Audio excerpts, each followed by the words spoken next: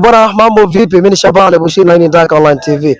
Baada ya muda mrefu sana hajapata nafasi ya kuzungumza na Nasoro Yanga. Siku hizi amekuwa mtu mzito sana, kama unavyoona kitambi wenyewe kinatoka pesa nyingi sana.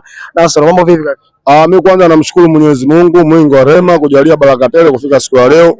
Na Mungu kabariki, tumekutana na bwana Shabani. Tujakutana muda mrefu. Tumekutana muda mrefu sana. Na hii ni Ndaka Online TV. Karibuni. Asante sana. Bwana Nasoro, tuanze kwanza kuhusiana na DR Day. Maana nikutafuta sana kuhusiana na DR Day. Niliona posti moja hivi, umeposti huko wewe, Dada Eliza na captain kama sikosei. Mnadanda, kuna mnyato mmoja mlitembea. Nataka nijue ule mnyato ule nani alibuni, maana naona kama ilikuwa viral sana Nasoro Yanga kwenye DR, na mlisema ile DR Day ni mna mtembeo wenu. Nani ambaye alibuni ule mtembeo? Labda nikuambie kwanza, hatujaambiana kama tukutane. Tulikuwa mimi, Eliza pamoja na kapteni wa mashabiki. Hatujasema tukutane. Ila mimi nilitoka zangu Mbagala, naenda zangu KMC, nikashuka Makumbusho, nikaenda ofisini kwa kapteni. Bahati mzuri tumekaa kwa kapteni tunakula ugali, akaja Dada Eliza. Kuja Dada Eliza alafu kama tuliambiana watu wote tumevaa jezi design moja. Jezi za mazoezi. Mliua. Mimi nilivyoona kwa nini tumevaa jezi za mazoezi? Nikasema basi tutoeni kitu. Mimi nilitoa idea tutoeni kitu jamani, tuchomekeeni. Tukachomekea mlegezo kama anavyovaa Diala, maana Diala anapenda kuvaa mlegezo. Na akitembea Diala mikono anafanyaje? Anatanua. Nikamwambia tumtafute mtu atuchukue video, tuweke clip. Sisi tulichukulia masiala. Wewe tuweka clip kweli mjini kimeenda. Nimeona mpaka mheshimiwa rais wa mpira sawa katuposti. Kwanza tunamshukuru Mwenyezi Mungu. Pengine ameona mnamappreciate degree Diala na ndio maana aliposti. Shehe wangu labda nikuambie. Kwa mimi yani bado nitaendelea kumhusudu Diala hata kama akiondoka. Kwa kuna alama Diala ndani ya Yanga Afrika ameziacha. Kama zipi nazo? Labda nikusimulie kitu kimoja. Mimi mpira nimeanza kufuatilia mwaka 93.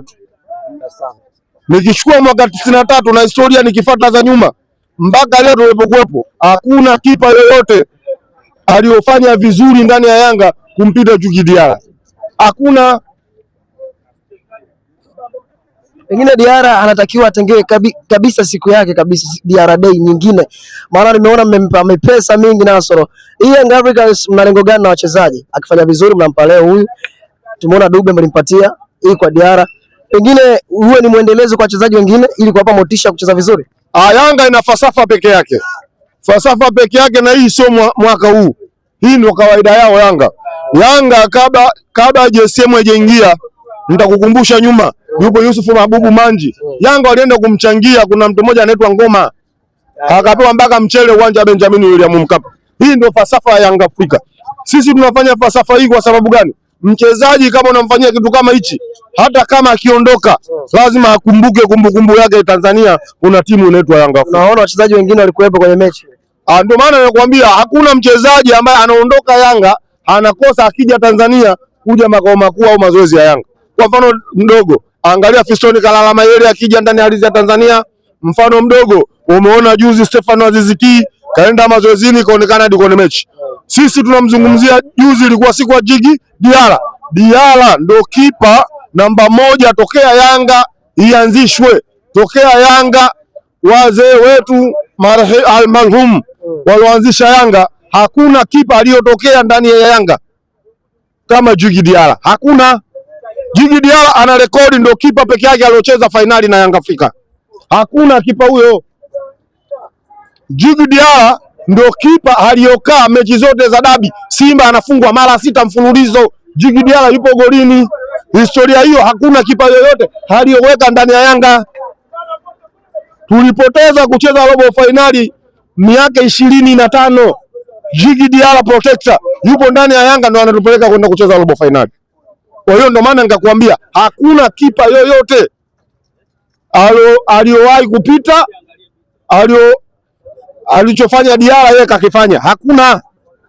Nasoro, labda nikuulize swali hili hapa. Baada ya mechi ya Simba dhidi ya Mbeya City, wana Simba nadhani kama uliangalia ile post, alikuwa Zungu kama sosai ana wenzie watatu. Wakasema kwa Simba hii tunamhitaji Young Africans wakati wowote ule. Watu kama unawaambia nini? Kwanza wanajifurahisha. Hakuna shabiki wa Simba yoyote anayetaka Yanga. shabiki wa Simba yupo tayari kuomba kifo kuliko kukutana na Yanga. Kwa nini unasema? Nakwambia shabiki wa Simba yupo tayari aombe kifo kuliko kukutana na Yanga. She wangu, hakuna dabi yoyote duniani mtu kaenda kupigwa mara 6 mfululizo kwa uongozi uliokuwepo Simba. Shabani, nakwambia hii clip yote. Kwa uongozi uliokuwepo Simba tunaenda kuwapiga mara 8. Mara 8 tena? Ya. Tutaenda kuwapiga mzunguko wa kwanza, tutaenda kuwapiga mzunguko wa pili. Hii weka. Hii dabi imesogezwa mbele mwezi wa 12. Bora shirikisho wameona kusogeza mbele. Kulikuwa kama sio goli 15 goli 20. Kwa nini useme goli 15 au goli 20 nasa? Sasa she wangu, shabiki wa Simba leo hii akili yake kama panzi. Kwa nini useme? Akili yake kama panzi. Juzi walikuwa wanalia timu mbovu. Wamecheza na Mbeya City, wamezulumiwa. Mbeya City ilozulumiwa. Leo hii kama mwana Simba anakuambia Simba ndio hii. Kuzulumiwa kivipi nasa? Mbona kama kodi alafu unaongea sasa ule umeme unaona bosa hiyo. Yule sema imepunguzwa watu kusudi Matola aonekane na timu anacheza vizuri. Pale watu wameenda kutengeneza mipango, mashabiki warudi. Mashabiki walishatoka, mashabiki wanatukana. Kwa hiyo hapa tunarudisha vipi? Refa kagewa fungu, baada ya kugewa fungu mtu kapigwa umeme mapema, watu wacheze mpira. Nasoro, tuliona wakati yuko Pantev pale. Simba Sport Club, klabu bingwa imepoteza mechi 2 mfululizo. Lakini pia Matola tumeona Simba Sport Club ikishinda.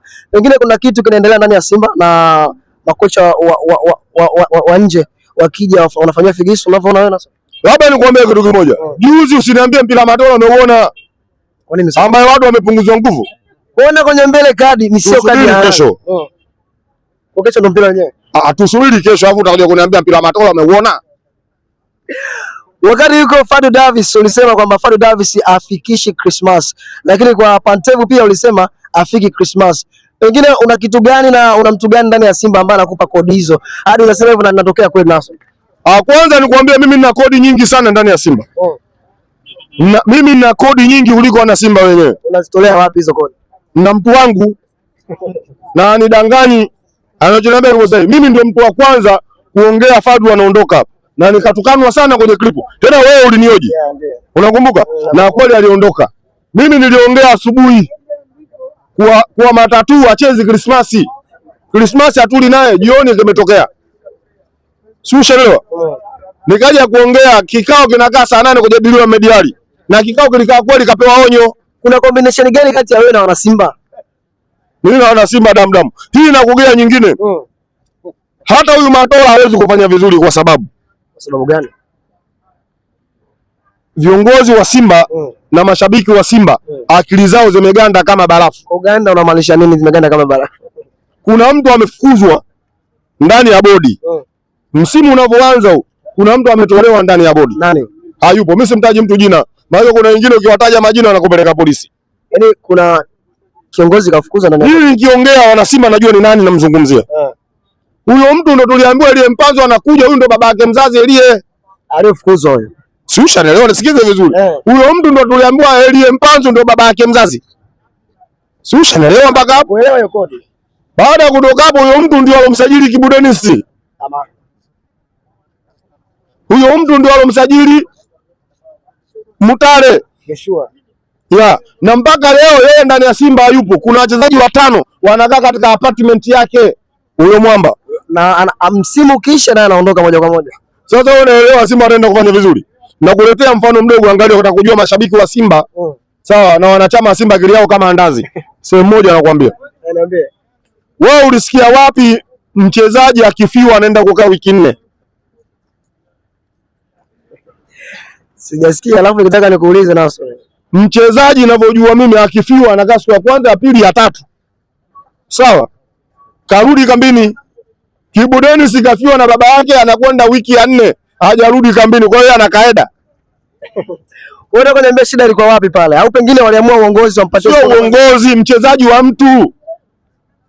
Kwa hiyo mwana mchezaji wake anamconnect. Usirudi, subiri. Msiba umetokea Kigoma, Kibu Denis kaenda kulia msiba Marekani. Kwa nataka niambie Kibu Denis alienda Marekani. Kama kuna mwana Simba huyo, haje hapa nizungumzie mpaka leo kama Kibu Denis yupo kambini. Mimi ninachokuzungumzia na mtu na anajua kile kinafanyika Simba. Kama yupo mwana Simba huyo aje kuniambia kama Kibu Denis yupo kambini. Kwa mechi ya juzi alipocheza anaondoka moja kwa moja tena. Ala. Kibu Denis anacheza, anatoka, anaenda nyumbani. Kibu Denis na Simba, yani mkubwa wa Kibu Denis kuliko Simba. Sorry. Kwa hiyo niambie Simba bado matabaka makubwa yanaendelea. Sio matabaka, kuna wachezaji wamesajiliwa na watu binafsi. Uwezo ukapata combination ya timu. Wangu. Huyo sisi zamani ilikuwa hivyo. Tena mimi nawaambia wasidanganyane eti tunataka Yanga. Huwezi kuihujumu Yanga. Simba wanaifungaga Yanga mpaka wazunguke upande wa wachezaji. Kama kutoa posho nini? Na kurudia tena Simba kuifunga Yanga mpaka wazunguke wafanywe hujuma wachezaji. Hii yupo GSM, upati nafasi hiyo. Wangu, kama umemsikia Jobu juzi anaongea mechi ya Simba tajiri kaeka B1. Mechi ya Simba kaeka B1, tena kawaambia sio mimi.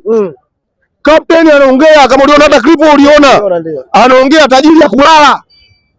Anampigia hadi Jobu simu usiku, anaitaka mechi ya Simba. Waulize wachezaji wa Simba lini waliwahi kuongea na tajiri yao. Ndio maana kila siku nakwambia kuna tofauti kati ya Mwarabu na Muhindi. Muhindi kwa Mwarabu mfanyakazi wa ndani. Ndio hicho tunachokiona kwa Simba na Yanga. Siangalia uone. Wewe mfanyakazi wa ndani. Kwa Mwarabu, mfanyakazi wa ndani, Muhindi yoyote kwa Mwarabu. Wangu, hebu tembeeni Omani, uko wapi? Nenda mkaone Wahindi wanaosha vyombo. Tanzania Simba Muhindi wanamuita tajiri. Hakuna tajiri wa mpira duniani. Hadi kila mara ipo Instagram. Unjue mashabiki wa Simba na wanachama wa Simba. Ukiwakuta njiani washike mkono, hawaeleweki. Kwa nini useme? Wangu, mtu anakuambia anadai Simba milioni 87. Kuna mtu aliyotoka akasema uongo? Hakuna leo. Akakaa kwenye kituo cha radio kikubwa duniani. Anazungumza Simba kainunua. Kuna mtu yoyote alokuja kupinga? Hakuna leo pinga. Pengine ni kweli. Hakuna. Leo yuko na kikao anaenda kugombana na Mangungu nini na kati timu washauza. Na ndio maana Mangungu alinufaisha. Ujue Kilu atoki mjinga. Wanaotoka Kilu wanakuwa mashababi. Popote anaongea alinufaisha wa nyumbani. Yule mimi wa nyumbani. Umetoka sehemu moja, tarafa moja, mimi na yeye Kipatimu. Mimi nimetoka Kipatimu na Mangungu katoka Kipatimu, kamuulize katoka wapi. Alinufaisha sehemu moja, alimwambia wewe umevaa jezi feki, huwezi kuuliza swali, kaa chini. Na mtu akakaa. Kwa masiao. Alivyo kipengele mashabiki wengi na wanachama wamelalamika sana. Inaonekana wanaletewa dharau. Pengine makosa naona yako wapi nasa? Walalamike timu yao. Timu ishanunuliwa. Wao timu zinunuliwa, mtu yoyote anaongea chochote kile. Timu imenunuliwa. Sio kwa mode uje unazungumza kainunua timu. Nani alibisha? Au kuna mzee gani katoka akasema hajanunuliwa?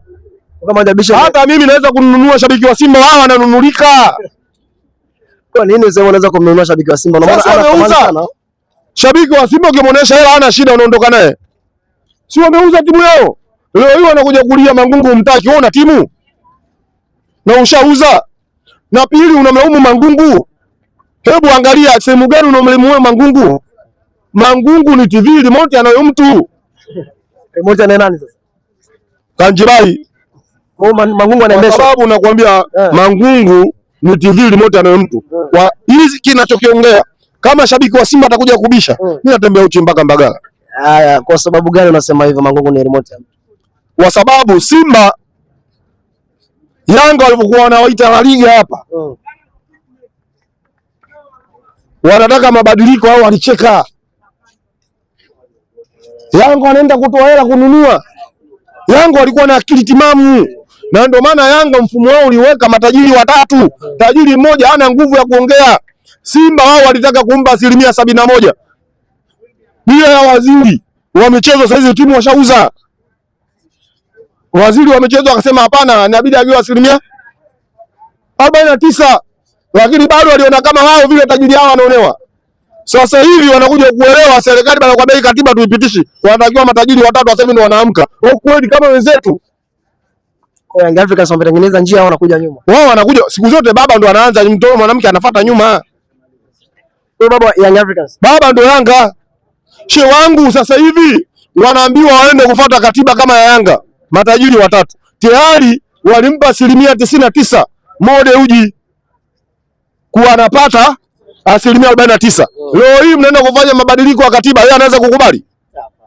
Hawezi kutia watu pembeni wazunguke, wengine wanakubali, wengine wanakataa. Ndio hichi kinachoenda kutokea. Mangungu katumwa. Na nataka nikuambie tena siri. Niambie. Mangungu umeona kawaambia tukutane Januari. Ndio. Hichi kitaenda kutokea Januari. Nisikilize mimi nakwambia. Hichi kitaenda kutokea Januari kwenye uchaguzi. Yule mwamba Muhindi Kanjibai ana akili kuliko wote watu wa Simba.